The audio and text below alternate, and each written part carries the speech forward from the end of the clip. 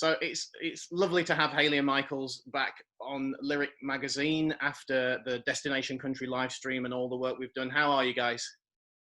We're great. So happy to be here. Thanks for having us. Yeah, man, it's doing great. It's nice to get to see your face, because when we're doing the performance, it's awesome to chat with people, but we don't get to visually see people. So it's nice to. This is like, I feel like we've known you for a long time, but we're actually just now meeting. Having a conversation.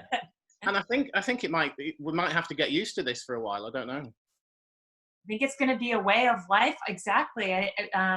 Beyond even the pandemic, I think. And in a lot of ways, that's exciting, because we get to be, in touch even more across the world, even when we're here. So yeah, nice. It'll be nice. I mean, obviously, our favorite thing is connecting with people in the most literal sense. I mean, the meet and greets are actually our favorite part, other than the playing shows. I mean, that's our favorite part of it. So, but like Shannon said, like in the meantime, to not have to, because we were, as we were at C2C. We were in the UK when the pandemic really kind of came to light, and there was a travel ban and all those things. So we, we've been able to, largely with your support, stay in touch with people and keep, building our relationships and getting our music out in the UK this way. So it's awesome. Picking up on that, how many days were you in the UK before you had to leave? We actually came out a little earlier than we normally would have, because we put together a band that's based out of the UK, and that was so awesome.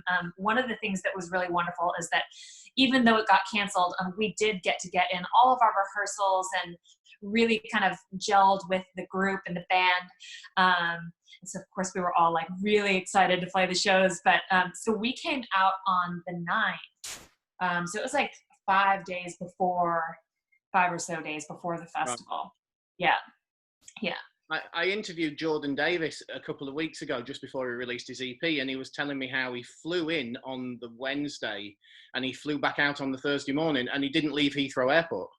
Oh, yeah, that's brutal. We heard about that a lot, and I think for us, because, we've talked about this before, we're really excited about the UK as a long-term, thing for us, just because of the amount of enthusiasm we felt, not only from people over there, but the energy that we felt being there. So we had kind of decided, I mean, we knew there was a chance that the festival wouldn't happen, but we've put together an incredible team over there, and we've got a wonderful manager, publicist, radio team. I mean, so we've actually put, the bones of a career together over there. So we figured getting our band together over there and meeting our own team, was a good thing. It was worth it, just in and of itself. Yeah.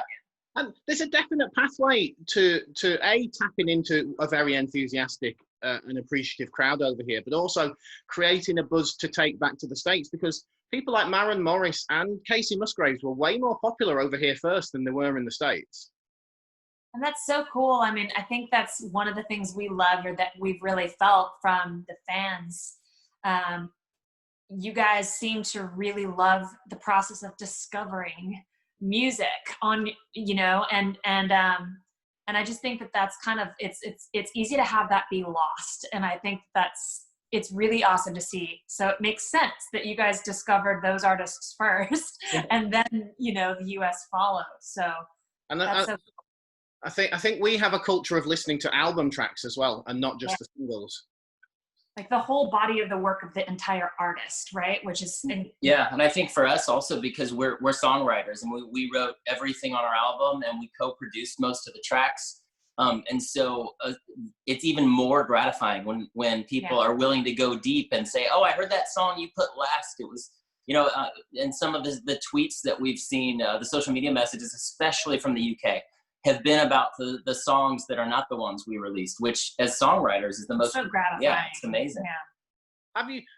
Have you been, how's lockdown been for you creatively? Half the artists I speak to are not in the right headspace, and then the other half have written loads? It's been kind of, I would say, a combination, really. At first, we were just kind of adjusting and trying to get our bearings. And then we started doing writing sessions on Zoom, and they've been going really well. It was kind of surprising that it didn't, because so much of writing is chemistry, and you wonder what happens when you don't have that in-person, human-to-human connection. But it's been so far, we've had a lot of success with it. And one of the cool things is that we've gotten to write with some songwriters from the UK. And so, you know, again, like we wouldn't have been able to do that. We wouldn't have thought to do it on Zoom if it weren't forced. So it's been really cool. We've been writing a lot. And what is there a sort of a disconnect at first over Zoom when you're writing, or does it just depend on the day and the person? And you know, how does a Zoom write look? I think it's a lot like it is in person, to be honest, because either you have chemistry with somebody or you don't. At this point in our career, while we always try to be really open to new relationships, which can be really awesome sometimes, really you try to write with people that you're fundamentally on the same page with. Then you're not fighting against whether it's beliefs or views or the way you would frame something. So for the most part, we're writing with people that we really feel like we connect with. And so far, there's just been nothing that's felt like a push. I think we've already got a few songs, you know, towards the next project, even though we released this album, Hail Mary, right before the pandemic. So really a lot of the songs on this project still need to, from our standpoint, be out there. But we are excited to also be working on what's to come as well. That's awesome. And speaking about new projects and new things off Hail Mary, let's talk about Hail Mary itself, because you released that as the single over here. It's my favorite song of yours, even though I do like some of the album cuts. But it's really Shannon's vocals on that song just blow me away every single time I listen to it. Thank you so much. That really means a lot. Yeah, it was a really, it was a fun song to write and sing, you know, even though it came from, you know, challenges. Like we wrote it about the hard times that we've gone through. But what was cool about it is that we had so much fun actually writing it. And I think it's because we were all on the page of wanting it to be uplifting and inspiring. And we wanted it to make people feel good. And then it was really fun to sing too. Yeah. There is and when you listen to the lyrics, there is an edge of sort of Last Chance Saloon about a Hail Mary. And it made me worried. I was like, oh my God, did you write it meaning that it really was a Hail Mary? Or are we being metaphorical? Well, both. I think not literally, because the thing about, you know, I think artists is that really if you have a backup plan, you can't get off. You can't get off the ground anyway. So from the standpoint of doing something else other than music, the answer is no. However, you know, Nashville is very political, and the entertainment industry, as you well know, is very political. And you know, we've had some incredible things happen. We've gotten to work with Netflix and the NFL, and we've been on the radio and been on the Today Show. And at the same time, we're still, you know, we still haven't had our first top 10 single. And that's something that, you know, when you live in a smaller area, you can start to wonder if people really understand you. We know that a lot of fans, we've been great there with fans and with country radio, and especially with Spotify here. But it feels a little different in the UK, where people aren't necessarily judging what they think of your music based on your chart position in the United States, which I think is really energizing for us about the UK. Yes. One of the things we like to plug to American artists as a way of luring them over is the fact that over here in the UK, our country music isn't driven by radio. Yeah, and that's really energizing for us when you know, when people are discovering our music the way that you said there, you know, and I think that's amazing. And Hail Mary for us, taking the you know, the hardships of the industry aside, let's say, because that's anything that you pursue or you're following your dreams, I think. But you know, it's also a song that, you know, we've both been through plenty together and separately, overcoming adversities, and to write songs that are personal, whether it's Hail Mary or a song like our wedding song, when it has that extra personal touch and people respond to it, there's just nothing that fires us up more to come perform than that, you know. And I love the video as well. And the most important question I've got for you about the video is, how many weeks work did you have to do on your biceps to get into that top? Well, you know, I was intimidated because we were in a football stadium, right? And we were there. 49ers players. And I just wanted to try and represent, I think the music community gets a bad rap, and so I just wanted to show up and look like I was ready for training camp. I appreciate you noticing. It's funny, I was watching it again yesterday, and I think I just noticed that. I was like, whoa. I've watched the video so many times that I'm used to seeing Shannon singing, and I'm used to the lights and the smoke. I'm an 80s rock fan by trade, so I like a bit of pyrotechnics and smoke. But it was the biceps on the most current. I love it, man. Well, it's funny that you mentioned that. There's a lot of classic rock influence on the Haley and Michaels record, and whether it's a song like Hail Mary that I think is largely inspired by songs like, bands like U2 and Bon Jovi and that kind of stuff, or some of the other stuff. So it's cool that you kind of caught that. Yeah, the video was intended to be a rock and roll tribute. I think that's what draws me to a lot of music like yours, is that, unfortunately for me being 49 this year, I grew up in the 80s, and Bon Jovi were everything they were my musical touchstone, you see, for a number of years. So anything that has that big anthemic feel to it just reels me in. So there's Hail Mary. I love that. That's awesome. Speak the truth, brother. I'm with you. And the song, as you've already mentioned, the song's made it into the Netflix film Walk, Ride, Rodeo. That must be awesome. Yeah, that was incredible. I mean, I think, that was actually how it was originally released in the US, in that movie. And, it's just such an inspiring story, that movie, about Amberly Snyder, who is a world champion barrel racer and was in a car accident, and was paralyzed from the waist down, and ended up teaching herself how to ride again. And she's still competing at the highest level today. We've become friends, and she's incredible. And, I think it was really powerful for us, just as writers and artists, that the song that we wrote about our lives became totally, it took on a different meaning in that movie for her life. And I love that about music. That's how music affects me and Ryan. So it was nice to have that same thing affect someone else that way. And did you have someone approach? Did they hear the song, or how do you get your song onto a project like that?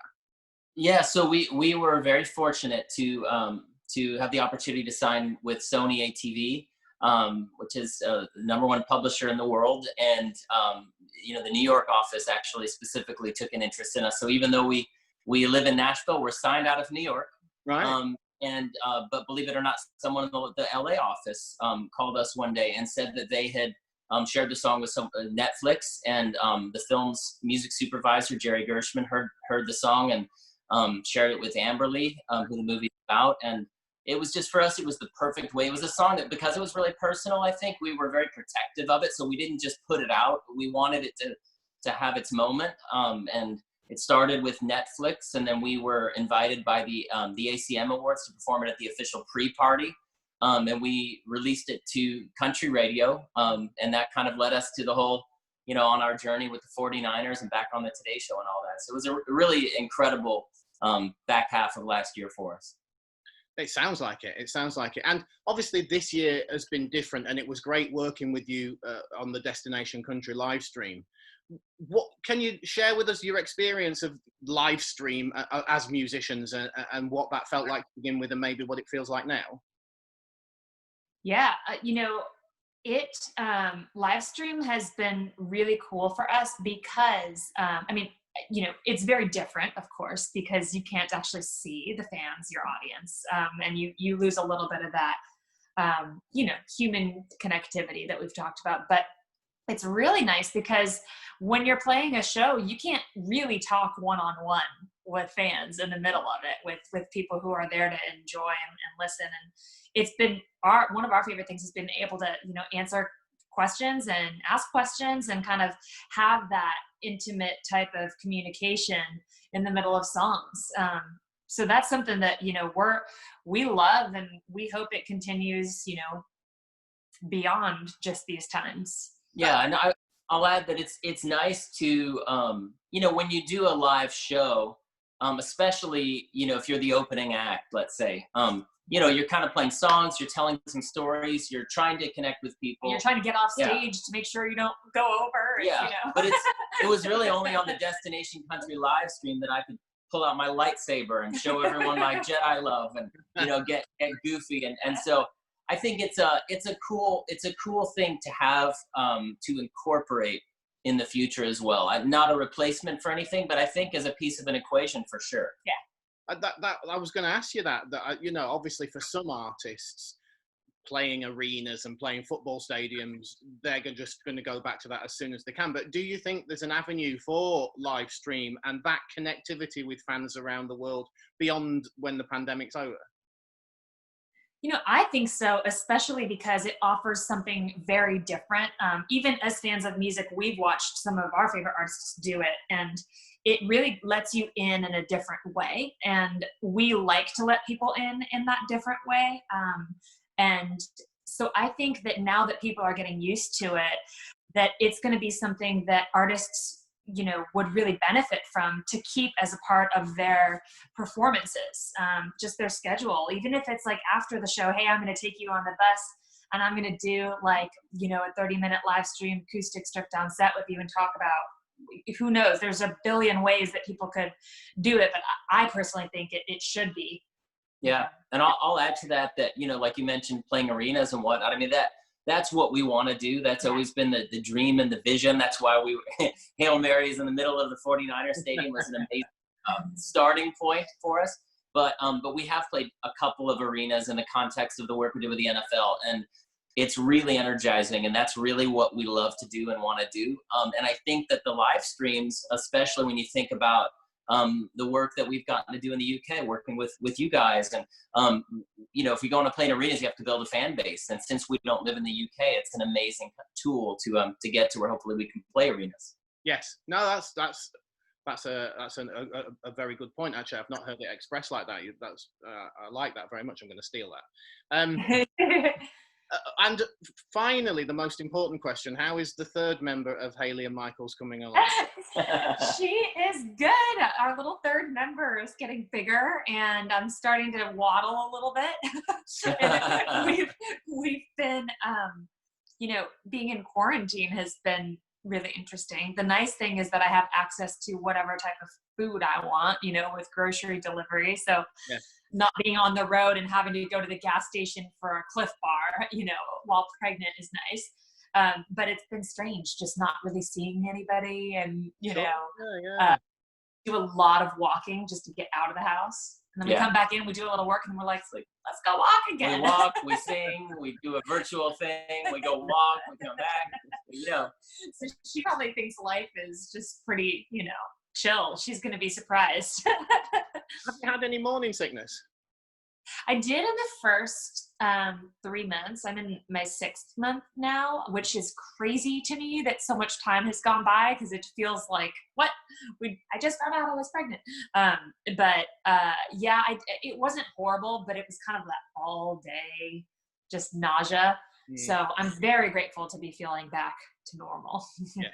Oh, good. I'll offer you some advice as a parent of a 17 and a 15-year-old. Please do.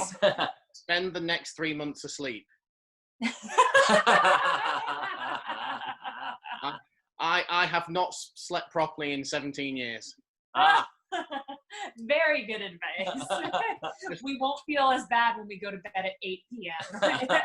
No, get as much sleep as you humanely can, because even now at 17, when my daughter comes crashing out of her room at 11:30 at night, it brings me bolt awake. Right. Yeah, because you're probably right. You're always a little bit just concerned, wanting to make sure everyone's okay. Sleep with one eye open. Well, that's good advice. We appreciate it, and well received. Yes. Look, get as much sleep as you can, and you know, we hope to see you back over here in the UK as soon as humanely as possible as well. Thank you too, man. Yeah, we're really looking forward to it. Yeah, and thanks again for all of your support, and you know, we're excited to meet you, and in the meantime, just keep rocking and rolling. So thank you.